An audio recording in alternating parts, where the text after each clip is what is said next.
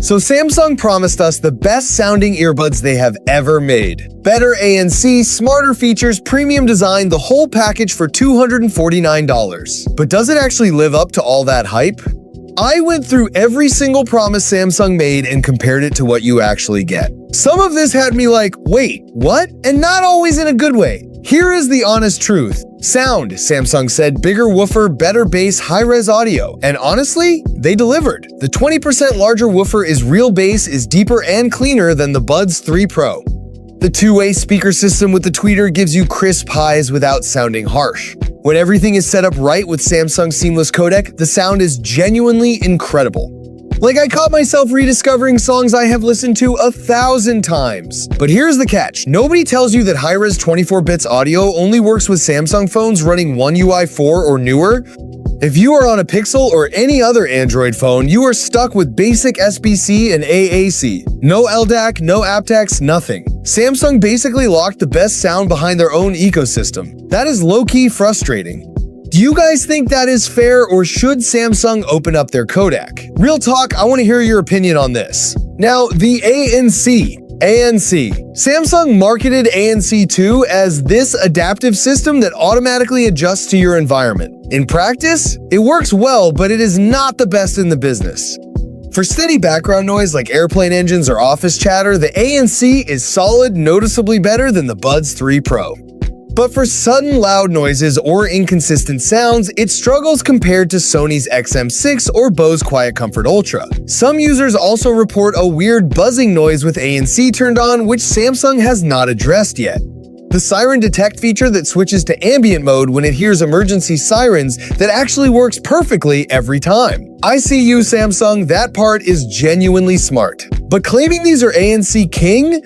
Nah, not quite yet. Have you guys experienced any ANC issues with these? Drop it in the comments. Comfort, Samsung said they ran 10,000 simulations to perfect the fit, and honestly, the result is good. The Buds 4 Pro are more comfortable than the Buds 3 Pro, and the lighter weight at 5.1 grams means you barely feel them during long sessions. The flat stem is easier to grip for pinch gestures too. But the transparent case lid is a fingerprint magnet within 5 minutes. It looks like you handed it to a toddler. And the ear tips still use that snap-on design that can be tricky to remove without ripping them. Samsung improved the locking mechanism, but it is still not as clean as what Sony or Apple does. Small annoyance, but worth knowing before you buy. The fit though, no complaints there. Samsung nailed that part. Battery. Samsung claims 7 hours per earbud with ANC off and 30 hours total with the case. Real world with ANC on, you are looking at about 5 to 6 hours.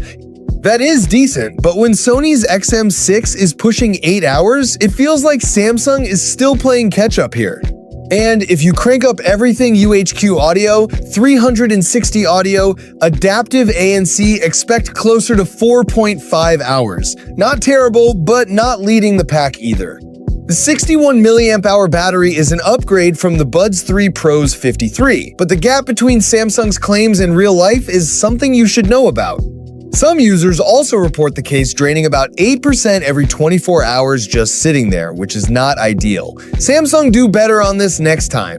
How long do your earbuds usually last, you guys? I am curious. Smart. Head gestures sound amazing on paper. Nod to accept, shake to decline. In reality, they work, but with limitations.